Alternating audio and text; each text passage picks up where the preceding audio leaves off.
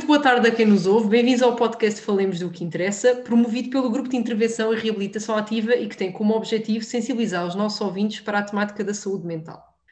Neste episódio temos o prazer de ter connosco dois convidados muito especiais, a Teresa Pombo e o Eduardo Brito. A Teresa é uma professora dedicada, sempre empenhada em abraçar novos desafios na área da promoção da língua portuguesa e da leitura, literacia e literacia digital, dando formação a alunos e professores, enquanto mãe, sempre muito dedicada, nomeadamente na procura de perceber a doença e as suas incapacidades, procurando acompanhar e dar um melhor apoio ao seu filho. Daí, fazer parte da direção da Gira com o cargo de vice-presidente, de forma a agir na melhoria de respostas para o seu filho, como para os seus pares. O Eduardo é uma pessoa com muitos interesses e sempre em busca de novos projetos. Estudante de mandarim que complementa com a atividade profissional na área das vendas de telecomunicações. O seu percurso escolar foi feito na área do turismo, setor que pretende abraçar quando a pandemia o permitir. Muito boa tarde a ambos, agradecemos que tenham aceito o nosso convite e que se encontrem hoje aqui connosco. Comecemos então por saber aqui um bocadinho mais sobre o Eduardo e sobre a Teresa. E durante o vosso testemunho gostava de ouvir um bocadinho quais é que foram os maiores desafios que enfrentaram até agora, qual é que é o papel de instituições como o Gira neste processo de acompanhamento, como é que é o sentimento em relação ao estigma e depois, por fim, gostava de saber um bocadinho o que é que mudou na Teresa e no Eduardo até agora. Portanto, este caminho que foram percorrendo, que impacto é que teve em vocês? Boa tarde a todos. Meu nome é Eduardo Brito. Eu vou falar sobre a minha experiência enquanto utente do Fórum Gira e também da minha experiência como doença mental. O maior desafio que houve para ambos foi, de início, ter de lidar com uma doença desconhecida, que ninguém sabia o que é que era, e isso só trouxe muito sofrimento ao início, porque estar a lidar com o desconhecido nem sempre é fácil. Mas com o passar do tempo, com diagnósticos, com testes, com ainda muitas consultas psiquiátricas e com várias situações que foram ocorrendo, foi-se diagnosticando a presença de uma síndrome, mas que agora está tudo controlado, dado ao apoio do médico Dr. Bernardo Correia, que tem-me acompanhado muito, dado ao apoio da Gira, que é a instituição que nos salvou desta doença, não por completo, mas ajudou a controlá-la de uma forma muito gratificante. É muito emocionante estar a falar disto, porque foi muito sofrimento ao mesmo tempo, mas esse sofrimento ajudou-nos a evoluir e transformou-se em glória. E olho para trás e não me arrependo nada daquilo que eu fiz. E pronto. A pior fase, que era não saber o que era a doença, essa fase já passou. Está no passado, mas eu não esqueço as dificuldades que eu passei, e quando eu às vezes tenho falta de motivação, eu lembro-me das dificuldades que eu passei, e isso ajuda-me a seguir em frente e a ser a melhor pessoa. Quanto ao papel das instituições e dos cuidadores, eu acho que é muito importante, porque sem eles ficávamos perdidos no mundo, precisamos ter sempre uma pessoa ao lado para nos apoiar, porque somos autónomos, mas não somos 100% autónomos, porque cada doença tira-nos essa incapacidade, mas não podemos utilizar a doença como desculpa para tudo, seja para o sucesso, seja para o fracasso, não. Temos que compreender que temos uma incapacidade, mas isso não nos impede de trabalhar, nem de estudar, e acho que é muito importante haver cuidadores e técnicos utentes em doença mental, com especificações no ramo. É muito importante, porque só eles é que nos podem dizer o que nós devemos ou não fazer, e isso é muito importante da minha parte. Quanto à parte do estigma, se nós sentimos estigma na doença mental, isso eu não vou dizer o contrário, porque há sempre um bocado de estigma. Porquê? Porque as pessoas não sabem com o que é que estão a lidar, é sempre um desconhecido. E muitas vezes nós temos fatores psicóticos que nem sempre são bem aceitos pela sociedade. chamam-nos aquele nome que nós não gostamos de dizer. Mas pronto, nós lidamos bem com isso, é a nossa luta, lidar com a autoestima. Não conseguimos anular o estigma por completo, mas conseguimos reduzir o estigma, que é esse um dos papéis, e se eu não quisesse reduzir o estigma não estava aqui a dar a cara. Mas pronto, essa é a nossa grande luta, é para acabar com o estigma. O que eu acho que nós devemos fazer é expor aquilo de uma forma positiva, aquilo que nós temos, expor que temos um problema e não ter medo de esconder, porque muitas vezes as pessoas têm medo e escondem aquilo que têm, como é um facto. E isso às vezes é um bocado constrangedor, ter que viver escondido, com medo, mas penso que há de chegar a uma altura em que nós podemos viver normalmente, sem esconder, podemos regular, mas tudo depende de uma forma como o outro interpreta, como nos interpreta, basicamente. A nossa visão pela saúde mental, eu antes nem sequer sabia que existia, vou ser sincero, nem sequer sabia que existia doença mental, sabia que havia doença, mas não sabia que havia doença mental. Mas quando me aconteceu, eu tive outra visão sobre a vida, sobre que nem tudo é perfeito, é um facto, mas há que aceitar a diferença, não é só por ter uma cor de pele diferente, não é ter uma doença que nos faz inferior, não há seres superiores nem seres inferiores, somos todos iguais. E o que eu acho é que a nossa visão é que nós devemos respeitar o outro, porque somos todos seres humanos. E como somos todos seres humanos, devemos respeitar-nos, só para ter noção. Eu antes não conseguia ter nenhum trabalho, porque pronto, tinha as minhas incapacidades todas, mas assim que fui estar a Mandarim para Lisboa, a minha vida mudou radicalmente e as pessoas não querem saber se tens uma doença ou não, querem saber é das tuas capacidades, mas este é o mundo atual. Mas se nós expormos o nosso lado e fizermos chamar à razão, acho que conseguimos reduzir o estigma. Pelo menos é isso que eu penso e que eu gostava de ir, por exemplo, a uma esplanada e não ser olhado de lado só por ter uma doença. Gostava de estar com amigos na rua e poder fazer coisas e não ser julgada por essas coisas.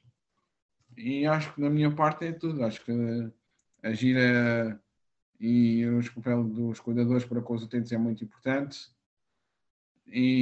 Mas só que quanto ao estigma é muito complicado porque ninguém percebe sempre da mesma forma. Mas eu estou cá para ajudar nessa luta e esperemos que consiga. Olha, Eduardo, verdadeiramente inspirador. É mesmo um processo incrível. Eu percebi que foi uma grande viagem, não foi, Teresa, até aqui? Bom, então eu sou a mãe deste jovem adulto, do Eduardo, 25 anos, vai fazer 25 anos, e o Eduardo, como qualquer filho que uma mãe tenha, é a melhor coisa da nossa vida, não é? E quando eu olho para esta vossa primeira pergunta, o maior desafio para mim, obviamente que foi o diagnóstico e perceber como é que o diagnóstico da doença mental se encaixava na nossa vida a partir dali. Mas, ao mesmo tempo, eu quando olho, e eu já tive a oportunidade de dizer isso, de partilhar isso também, quando eu olho para o diagnóstico, quando eu penso naquele momento do diagnóstico, não foi a pior coisa, ou seja, nós podemos pensar que uma mãe receber o diagnóstico de doença mental do filho, e este diagnóstico de doença mental, no caso do Eduardo, está ligado a uma doença genética rara, que nós podemos pensar que foi a pior coisa que nos aconteceu. E não foi. Foi a melhor coisa que nos poderia ter acontecido. Como é que eu explico isto a quem nos está a ouvir? O Eduardo foi uma criança que fez um percurso de desenvolvimento normal. Eu educo os meus filhos para terem consciência da sua individualidade. E apesar de ser professora, nunca, em momento algum, achei que o Eduardo tivesse algum problema de aprendizagem. Ou melhor, Ele tinha os seus desafios de aprendizagem, não era excelente aluno, tinha algumas dificuldades, mas nunca foi enquadrado como aluno de necessidades especiais, porque era, além de ser esta pessoa extremamente doce que se percebe, era e é extremamente trabalhador. Por isso ele fez todo o seu percurso normal de desenvolvimento, do pré-escola, escola pública e depois privada, novamente pública quando ingressou no secundário, e digamos que as situações que foram ocorrendo, pelo menos até aos 16 anos, eram situações normais. Pronto, digamos normais. Ele teve acompanhamento psicológico por alguma baixa de autoestima na entrada da adolescência, tinha feito terapia da fala, e quando começaram a aparecer os primeiros sinais de que alguma coisa mais complicada pudesse estar presente, foi na juventude, e agora, e quando surgiu o diagnóstico, eu olho para trás e tudo se encaixa, ou seja, no fundo, o diagnóstico da doença mental e do síndrome de George, que é a doença rara que ele tem, quando eu comecei a ler toda a literatura científica que havia ao dispor e também contactei a Associação Raríssimas, é como se as peças do puzzle se encaixassem. E perceber isso, no fundo, foi ótimo. Ou seja, a partir do momento em que ele teve o surto psicótico, aos 19 anos, até vir o diagnóstico, 6 meses depois, esse período foi complicado. Não foi tão complicado como os 6 meses anteriores, em que basicamente eu não conhecia aquela pessoa que vivia na minha casa, e depois, entretanto, surgiu o surto e nós percebemos o que é que se passava, não é? Pronto, eu acho que no meio disto tudo eu também tive alguma sorte, alguma felicidade de ter a possibilidade de encontrar para ele uma solução rápida e contínua. Ou seja, foi possível contactar uma instituição privada e ele teve logo uma série de consultas de psiquiatria com a mesma pessoa e uma série de consultas de psicologia com a mesma pessoa, ou seja, não fiquei dependente daquelas irregularidades que muitas vezes nós sabemos que o Sistema Nacional tem. Por isso, depois foi não só perceber, afinal, a que é que se devia tudo, e foi muito curioso, porque até a terapia da fala que ele tinha feito antes da entrada no ensino primário, as características eram características que estavam na literatura científica do síndrome de George. Ou seja, aquela microdeleção do cromossoma dele levava está claríssimo na literatura, a predisposição para a doença esquizofrenoide na entrada da vida adulta. A partir do momento em que o diagnóstico veio e a medicação estabilizou o Eduardo, ou seja, o Eduardo deixou de ter todas as características que tinham doente esquizofrénico e que ele já estava a combater há muito tempo, sem ninguém se aperceber, até chegar ao dia do surto psicótico, que ele já não poder combater mais, não é? Já não poder esconder mais que havia vozes que ele ouvia, que havia suspeitas de coisas, não é? As coisas acalmaram.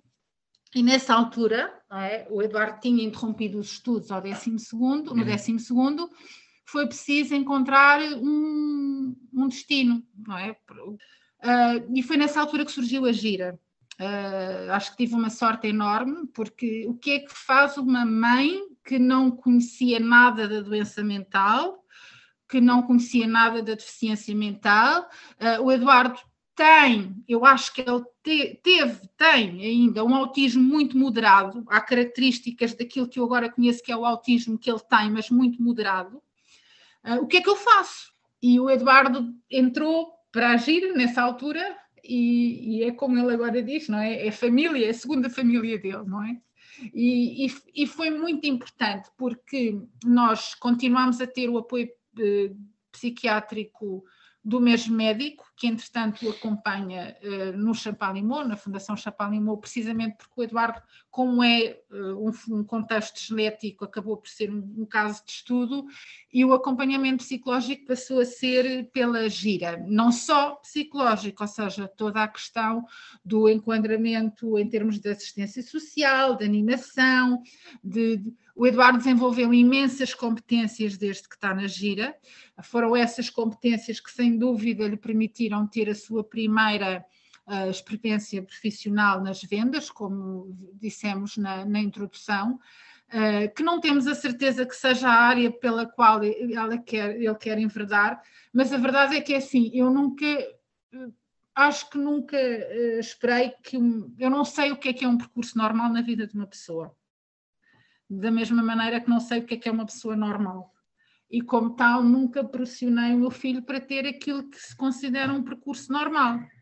O que não significa que eu não tenha momentos de insegurança, porque o meu filho, quer dizer, ao contrário das outras mães, de outros filhos com esta idade, não é? Não fez o 12º, fez a faculdade e está à procura do emprego, não é? Ele fez o percurso que é dele, com os desafios que são dele, que são enormes. E ele sofreu imenso, porque a doença mental, de facto, provoca um sofrimento muito, muito grande. E ele conseguiu, no fundo, com a ajuda da Gira e com a ajuda, obviamente, de todo o apoio, lidar com esse sofrimento. E eu acho que ele aceitar que tem uma doença, que essa doença é de foro genético, por isso ele sabe que não pode ter filhos, ou não deve ter filhos para não fazer a transmissão da doença. Ele sabe que tomar a medicação com regularidade, dias, horas, tudo, é fundamental para o equilíbrio dele. E o Eduardo é, desde muito cedo, eu acho que desde o início praticamente, responsável pela toma da medicação, pela compra da medicação, pela gestão toda dessa parte, o que obviamente facilita muito a vida de quem lida com ele, não é?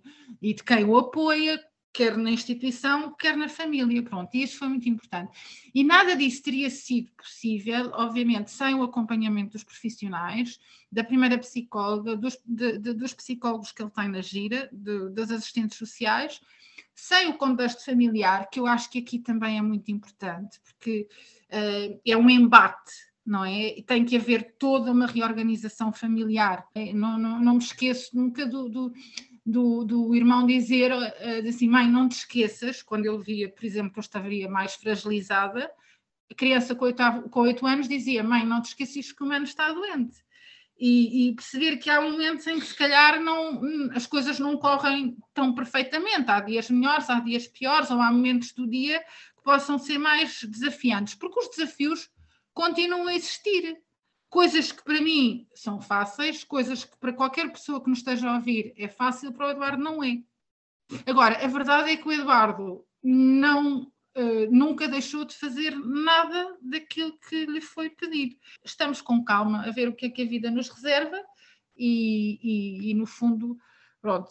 Agora, deixem-me só falar um bocadinho mais da Gira, porque eu acho que é muito importante que as pessoas percebam, primeiro, que estas instituições existem. Eu não sabia. Acho que até nos tocar, nós não sabemos que existem.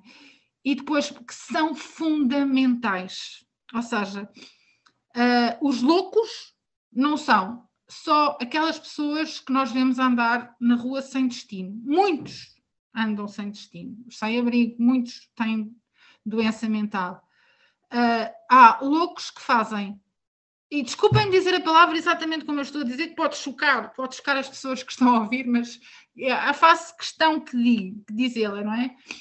Que fazem vidas normais, que fazem vidas ricas, que têm ocupações em fóruns socioocupacionais, que fazem experiências de voluntariado em instituições, que vivem em casas perfeitamente organizadas, que partilham tarefas domésticas e são, e é importante que se perceba, pessoas válidas, imensamente válidas e, sobretudo, pessoas puras e boas, que eu acho que às vezes já é difícil encontrar hoje em dia. E é importante também que se perceba que as famílias precisam muito do apoio destas instituições, não é? E perceber que estas instituições existem, que fazem um trabalho que é extraordinário, porque os apoios existem, mas muitas vezes os apoios também não é fácil e não vem com tudo de mão beijada. São instituições que lutam muito para encontrar o seu lugar, para encontrar soluções, para criar sinergias, e isso é fundamental. E é importante que a sociedade em geral saiba, para que as possa apoiar de todas as formas que seja possível apoiá-las, e, sobretudo, que as pessoas que eventualmente vivam a doença mental em segredo e em sofrimento percebam que não tem que ser assim. E é uma coisa que o Eduardo disse há pouco e quer lutar contra ela, e eu quero ajudá-lo a fazer isso, que é lutar contra esse estigma, não é? Algum estigma que possa surgir. Também acho que é muito importante, e concordo com vocês, esta questão de nós conhecermos mais pessoas que tenham experiência de doença mental e podemos falar com elas, podemos ouvi-las. É ao falarmos, é ao ouvirmos que nós começamos também a desconstruir e começamos a perceber que são pessoas exatamente como nós, com as suas especificidades, tal como nós todos temos, mas que ainda conseguem ser mais fortes do que nós porque têm mais obstáculos para ultrapassar, não é? Portanto, isso torna-os extra incríveis. Tenho uma última frase a dizer. Claro, força, claro. Eu quero dizer a todos que as pessoas que têm uma doença mental e devem pensar que é complicado viver assim, com limitações. Uma das coisas que eu aprendi em vendas, não sendo bem a minha área, é que a vida tem objeções. E tu, na vida, vais ter sempre muitas objeções. Eu trabalhei, não sei se sabem, eu trabalhei numa empresa que é a Mel, telecomunicações,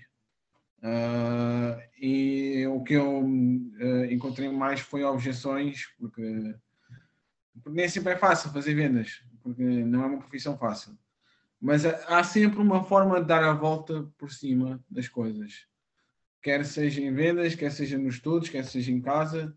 É só uma pessoa dar o clique e aquilo chega-se lá.